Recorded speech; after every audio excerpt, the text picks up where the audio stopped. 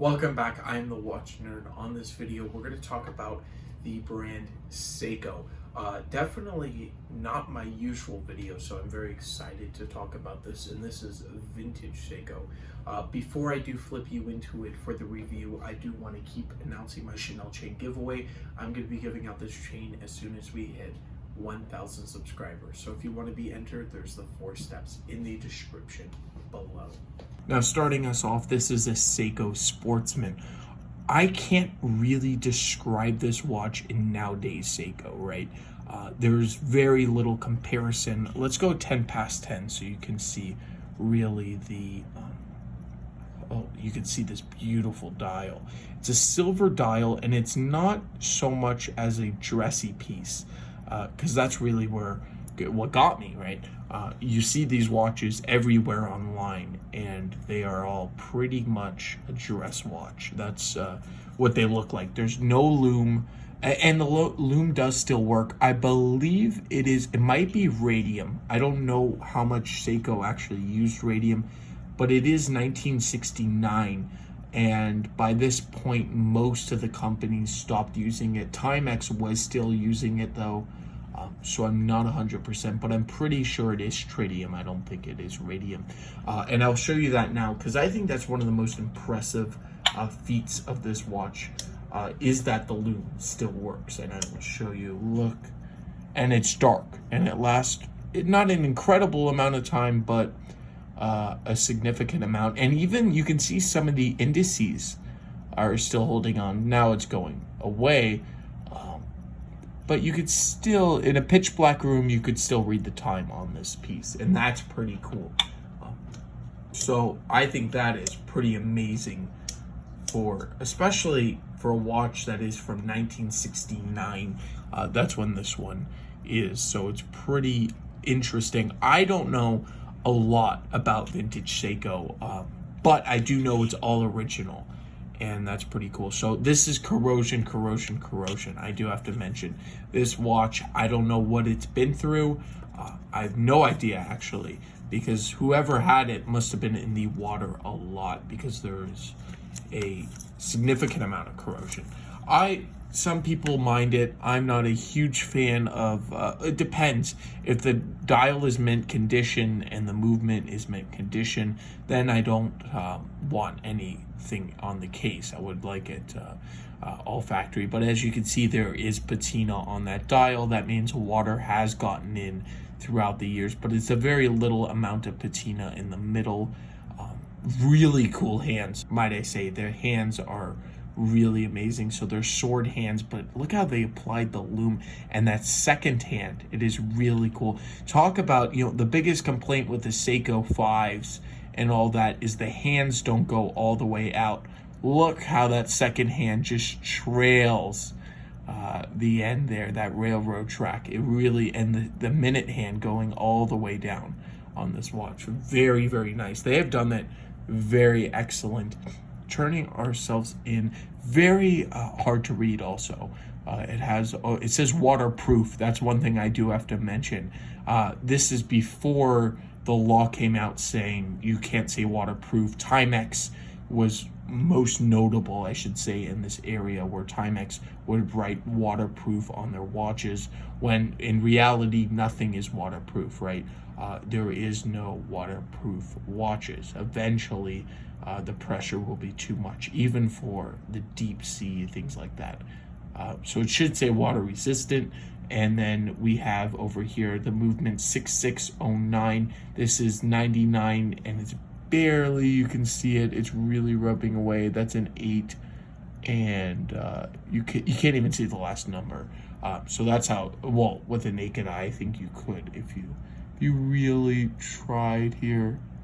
You can see it, but it's still very, very difficult, and that's what happens over the years. I'm 99% sure it's all stainless steel. It doesn't say though, unless that part has rubbed off. I have not seen stainless steel.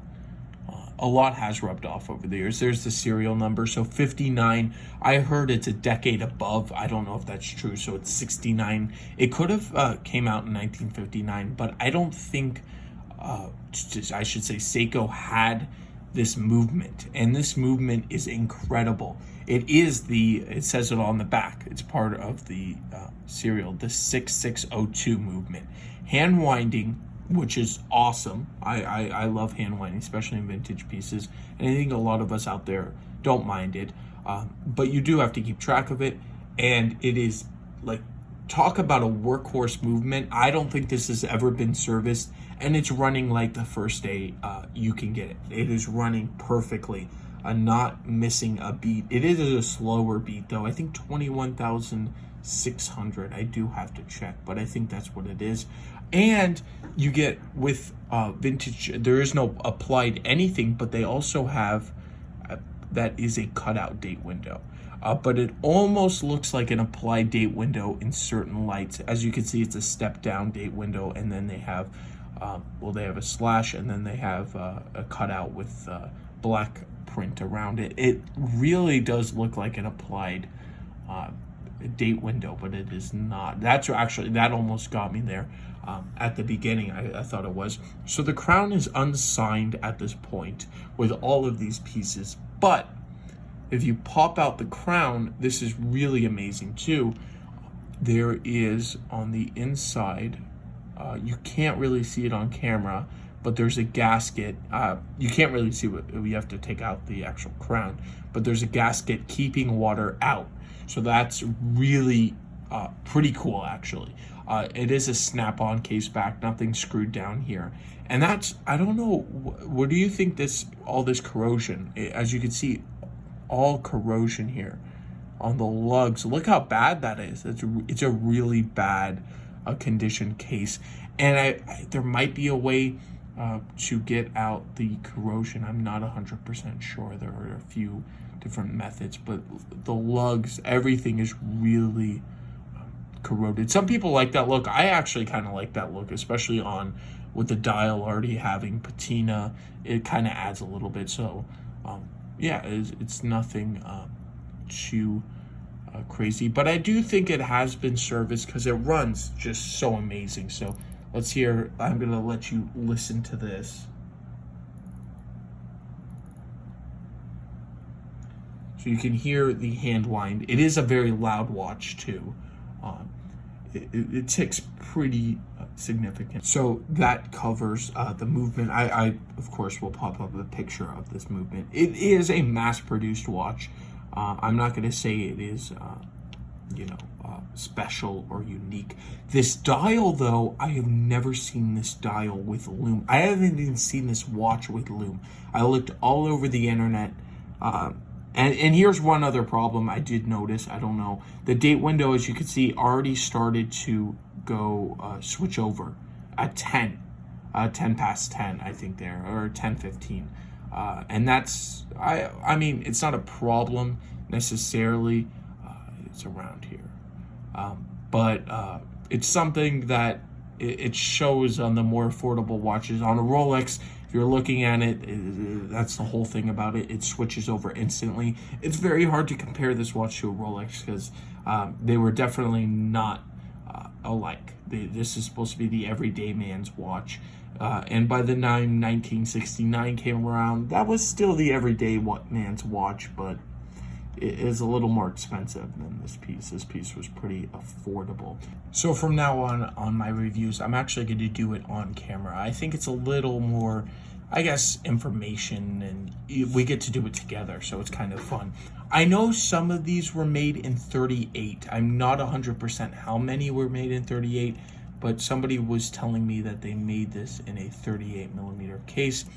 As you can see here, if we line it up, it's about 36. It's not over that much. It is just, when I measured in before, it was 36 on the button. But it's saying it's a little bit more here. Let's put it down on the table so it's easier. Yeah, 36, 35.9. That's what it is. It is a 36 case. The thickness is very important, and then the lug to lug. The thickness coming in at 10.6 all the way. Of course, the domed crystal is a lot of that because there is no such thing as sapphire mineral or whatever Seiko uses. They call it Hardlex, but honestly, it's just a mineral crystal. I think that's like the marketing from Rolex kind of coming into play when they say that. But the lug to lug, I measured in at 41.2. Wait, a little more here is coming on the spring bar. 42. Yeah, it's 42 from lug to lug there. The lug width. So I kind of found this hilarious because what it is coming in here. It's 19. Oh no. I will show you.